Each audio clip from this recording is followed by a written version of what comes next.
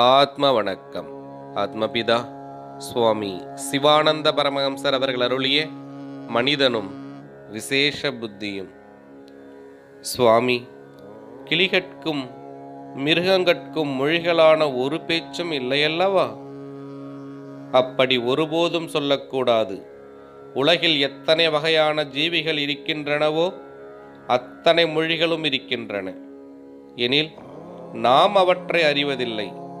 அது எப்படியெனில், உமக்கு தமிழ் மொழி ஒன்று மட்டும் தெரியும். அப்படி இருக்கின்ற உம்முடைய முன்னிலையில் ஓர் இந்துஸ்தானிக்காரன் இந்துஸ்தானியும், ஓர் ஆங்கிலேயன் ஆங்கிலமும், ஒரு கர்நாடகக்காரன் கன்னடமும் பேசுவதானால் அவை உமக்கு புரிவதுண்டோ? இல்லை. காரணம் என்ன? அந்த மொழிகளை நாம் படிக்காததால். இப்படியேதான் பட்சி மிருகாதிகள் என்று நாம் எண்ணி வருகின்றவற்றிற்கும் மொழிகள் உண்டு. அவற்றை நீங்கள் படிக்காததால் புரியாததாகும். தவிர மிருகங்கள் என்று நாம் கருதி வருகின்றவற்றினுடைய கூட்டத்தில் இருந்து ஒன்று பிரிந்து போனால் அதனை ஏனையவை கூப்பிடுகின்றன. அந்த தோணியை, குரலை பிரிந்து போனது கேட்டு தன்னையே கூப்பிடுகிறதென தெரிந்து பதில் குரல் கொடுத்து ஓடி அந்த கூட்டத்தில் வந்து சேருகின்றது.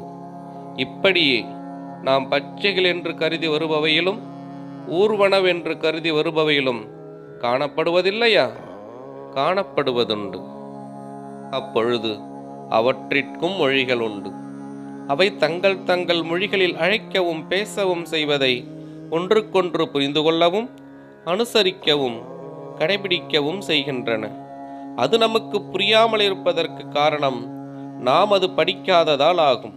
அது எப்படி என்றால், மனிதனாகும் என்று அபிமானித்து வருகிறதாகிய நமக்கு முன் சொன்னபடி ஒவ்வொரு மொழி வித்தியாசமாக பேசியது புரியாமல் இருந்தது என்றும், அது நாம் படிக்காதது கொண்டாகும் என்றும் சொன்னீரல்லவா?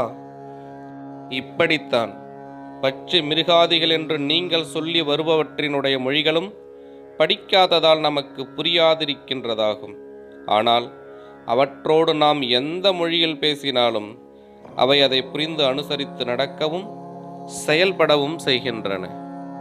அது எவ்விதமென்றால், அந்நிய மொழி பேசும் தேசத்தில் இருந்து நாம் காளை மாடுகள் என்று சொல்லுகின்ற 2 ஜீவிகளை தமிழ் தேசத்திற்கு கொண்டு வந்து ஏர் உழுவதற்காக அவற்றின் கழுத்தில் நுகம் வைத்து கலப்பை கட்டி வயலில் உழுகிற சமயத்தில் அவற்றுடன் வளம், இடம், அங்கே இங்கே என்றெல்லாம் நாம் சொல்லி வருவன அனைத்தும் அவை கேட்டு அனுசரித்து அவ்வாறு நடக்கின்றன.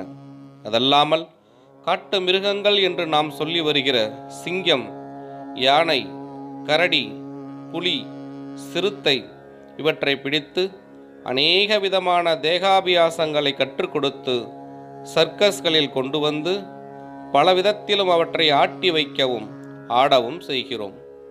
இவை நமக்கு கண்கூடான அனுபவங்களாகும். இப்படி படித்து செயல்பட வேண்டுமென்றால் அவற்றிற்கு விசேஷ புத்தி உண்டென்றோ இல்லையென்றோ நம்ப வேண்டியது. அவற்றிற்கு நிச்சயமாக விசேஷ புத்தி உண்டு. விசேஷ புத்தி இல்லையெனில் மேற்சொன்னபடி அனுசரிப்பதற்கோ படிப்பதற்கோ செயல்படுவதற்கோ முடிவதில்லை. மனிதனும் விசேஷ புத்தியும் தொடரும். ஆத்ம வணக்கம்.